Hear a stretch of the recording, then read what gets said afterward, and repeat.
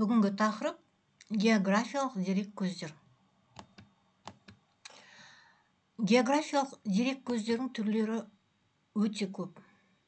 Негізгі деректер бұл карта және атластар, суреттер, мәтіндер, фотосуреттер, графикалық материалдар, ғарыштан түсірілген суреттер, анықтамалар, географиялық ғылыми басылымдар және журналдар жинақтары және тағы да басқалары.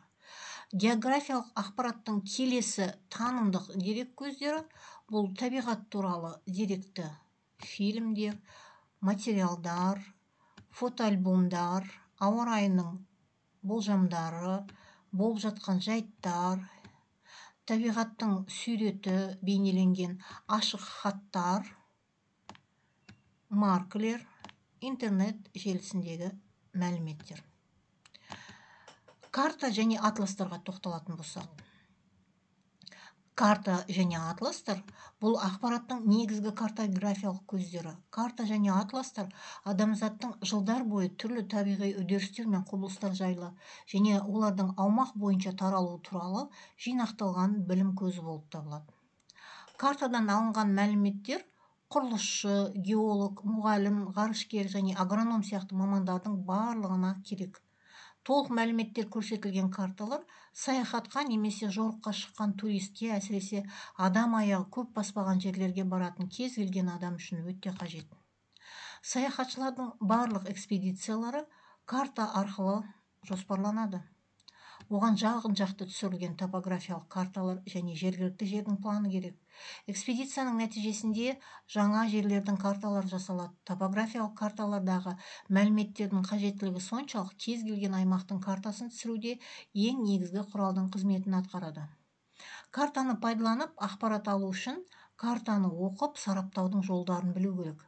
Әртүрлі мазмұндағы карталарды оқып, сараптай білу адамдарды сансыз көп географиялық ақпаратты жаттаудан құтқарады.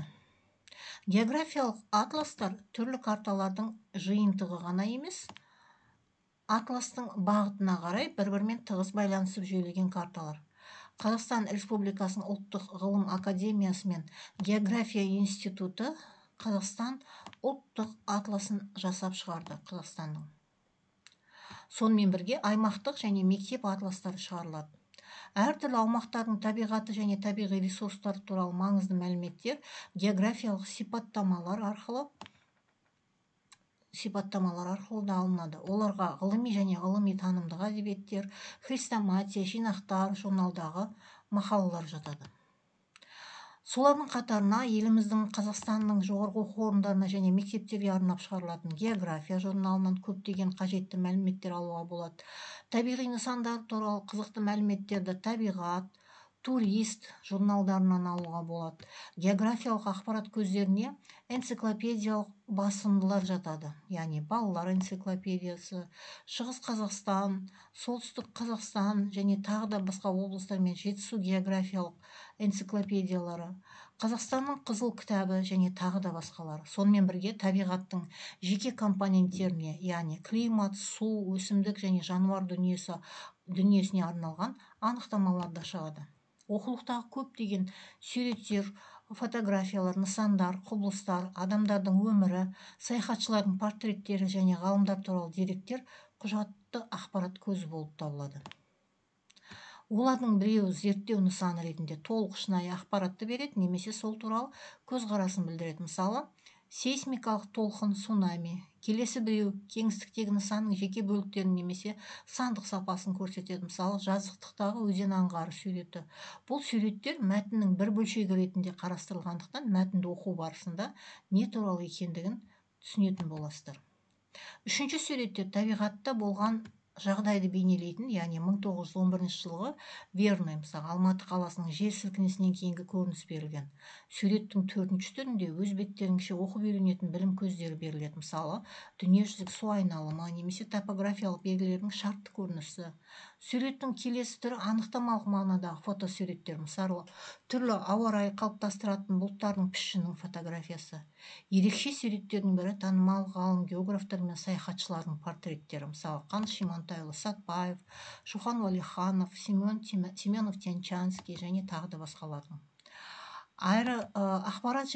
Ақпарат көзі ретінде аэрофото және ғарыштан түсірілген суреттердің де рөлі жоғары. Мысалы, ұшатын әуе және ғарыштық ақпараттардан түсірілген жердің сыртқы бейнесі алынған. Бұл суреттерде жердің үстіңгі бетіндегі нысандар қалай орналасса, дәл сол күйіндегі пішіні суретте көрсетіледі. Бұл суреттердегі нысандарды пішініне, түсіне қарап ажырата білу керек.